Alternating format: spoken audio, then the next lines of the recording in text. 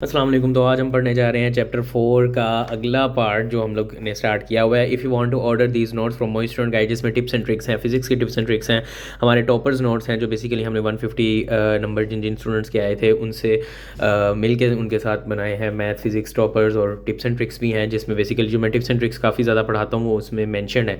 और अगर if you want to buy our recorded sessions जिसमें बेसिकली और लाइव सेशंस के बारे में आप कोई इन्फॉर्मेशन लेना चाहते हैं कि तो you can contact us on Instagram.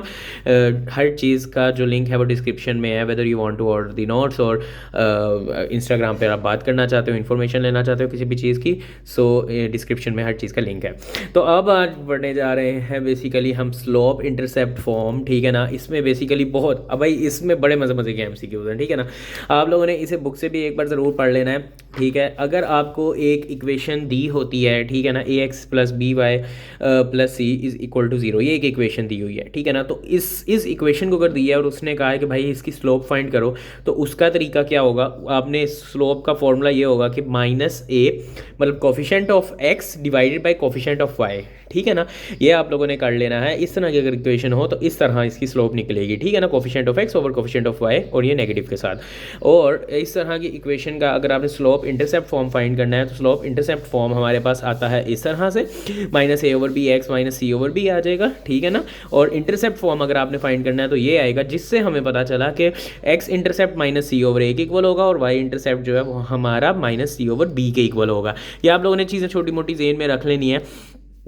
अच्छा जी, ये एमसीक्यू है हमारे पास, जैसे आप लोग ये देख सकते हैं। Check whether the point -2 4 lies above और बिलो द लाइन, ठीक है ना। ये सिंपल आपका बुक की बेसिकली एक्सप्लेनेशन ही है, बुक की लाइन है, ठीक है ना।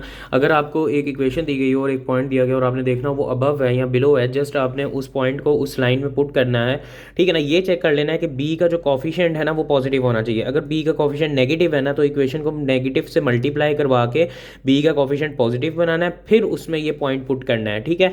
उसके बाद आप लोगों ने चेक करना है अगर वो ग्रेटर देन 0 है तो अबव द लाइन है, अगर लेस देन 0 है तो बिलो द लाइन है। तो यहाँ पे पॉजिटिव ही है वाई का, ठीक है। पहला चेक हो गया। दूसरा चेक हमारे पास ये है, इस पॉइंट को इसमें हम पुट करेंगे विच इज़ इक्वल टू ये हमारे पास आ जाएगा, ठीक है ना, जो हमारे पास ग्रेटर देन इक्वल टू 0 होगा, ग्रेटर देन 0 होगा, ठीक है ना।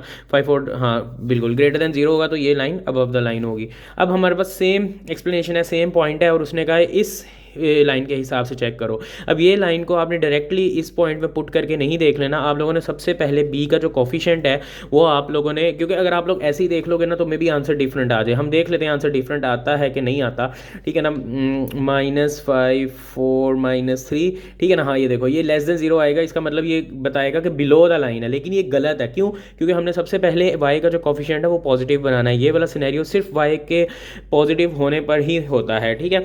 तो अभी हमने क्या करना है, हमने ये करना है कि -4x हो जाएगा प्लस 5y हो जाएगा प्लस 3 हो जाएगा इज इक्वल टू 0 हो जाएगा, ठीक है। पहले हमने नेगेटिव से मल्टीप्लाई करा दिया।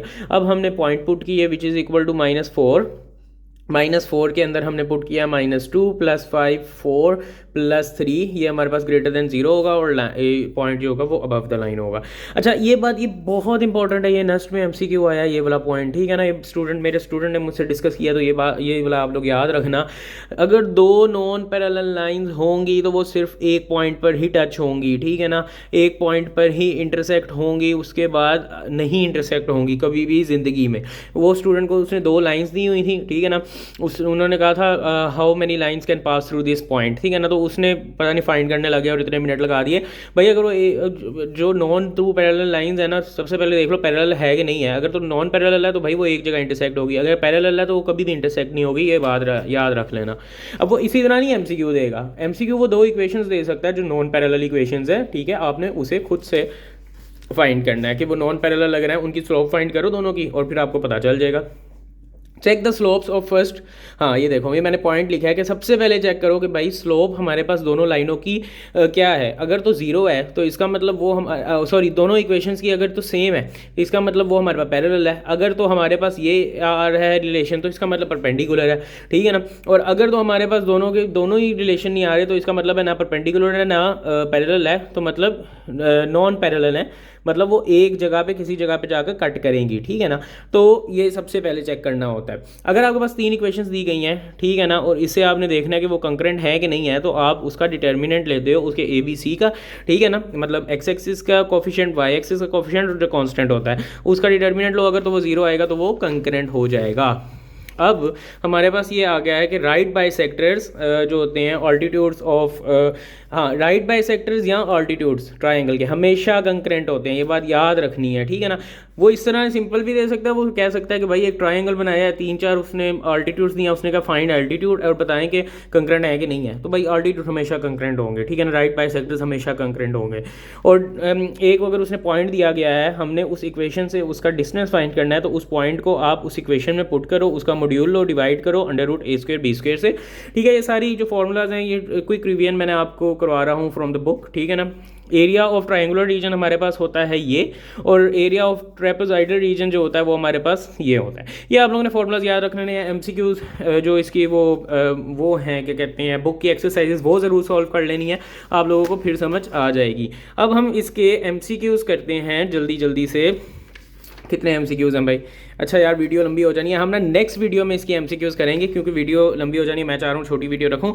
आप लोग इस चैनल को सब्सक्राइब कर दो यार, इससे मुझे मोटिवेशन मिलती है, मैं काफ़ी एफर्ट्स पुट कर रहा हूँ इस चैनल के लिए, आप लोगों के लिए, तो लाइक कर दो।